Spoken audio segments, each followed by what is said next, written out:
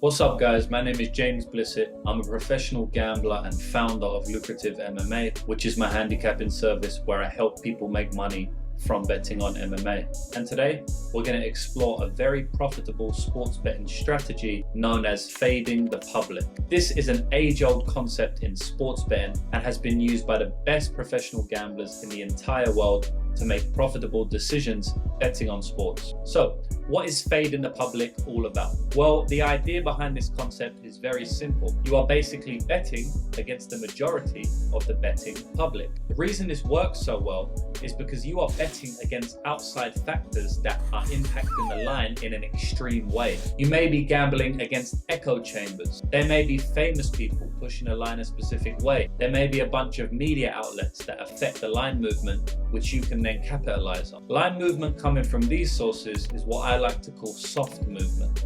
Now, before you dive headfirst into this strategy, there are a few important things that you have to understand. Fading the public does not always work. It is important to understand why this is the case and when it is best to use this strategy. At the end of the day, the public are the market, and you must respect the public because you must respect the market. For the most part, the market movement is usually an indicator of the correct decisions in sports betting. So you have to be careful when you're using this strategy. One example of where this strategy did not work was in the UFC fight between Ludovit Klein and Shane Young. Ludovit Klein opened up as an underdog. He was making his UFC debut, and for the most part, when fighters make their UFC debuts, they come in as underdogs unless they have massive hype behind them. Klein was coming up against Shane Young, and Shane Young was a UFC veteran at this point, and what I mean by that is he had already had about 2 or 3 fights under the UFC banner. Now the line moved in favor of Ludovit Klein, so Ludovit Klein actually flipped from an underdog to a favorite. This was sharp line movement, and the public was correct in their decision since Ludovit Klein went out there and got a first round knockout win. However, on the very same fight card, it did not work in another fight. That was the fight between Dominic Reyes and Jan Blachowicz. This was for the UFC light heavyweight title, and Dominic Reyes was a favorite in this fight, but people kept betting him as the favorite, so his line got worse and worse. Now this turned out to be soft movement because Jan Blachowicz dominated the fight and got a second round TKO win. Now these are 2 examples on the exact same fight card of how this strategy can be profitable and unprofitable. So let's take a step back and try and differentiate why it was profitable in one fight and why it was not profitable in the other fight. It goes back to what I said earlier in the video.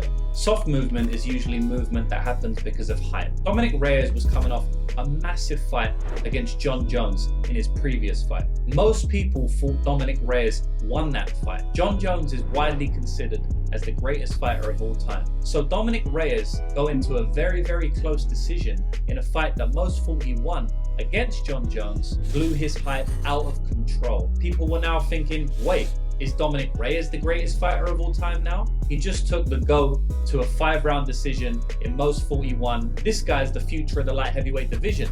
This guy's gonna tear through his next opponent. His next opponent happened to be Jan Blachowicz. So because of that hype that he got off the back of the Jon Jones fight, everybody was betting on him. This wasn't indicative to the stylistic matchup that he was facing against Jan Blachowicz though, because Jan Blachowicz is a tough fight for anybody. There was no way Dominic Reyes should have been a -250 favorite in that fight. But because of the hype from the Jon Jones fight, the public did not know this. Fading the public in this instance would have been a very good strategy to win money. It is crucial to differentiate between sharp movement and soft movement when you're trying to implement this strategy. Sharp movement, not all the time, but a lot of the times, is when the betting line moves quickly and significantly in a specific direction. Soft movement, on the other hand, is when a betting line moves gradually in one direction, indicating that the public is driving the line. So it's important to note that while fading the public can be a profitable strategy, the main takeaway is you have to differentiate whether that line movement is sharp or soft. If you determine it's sharp,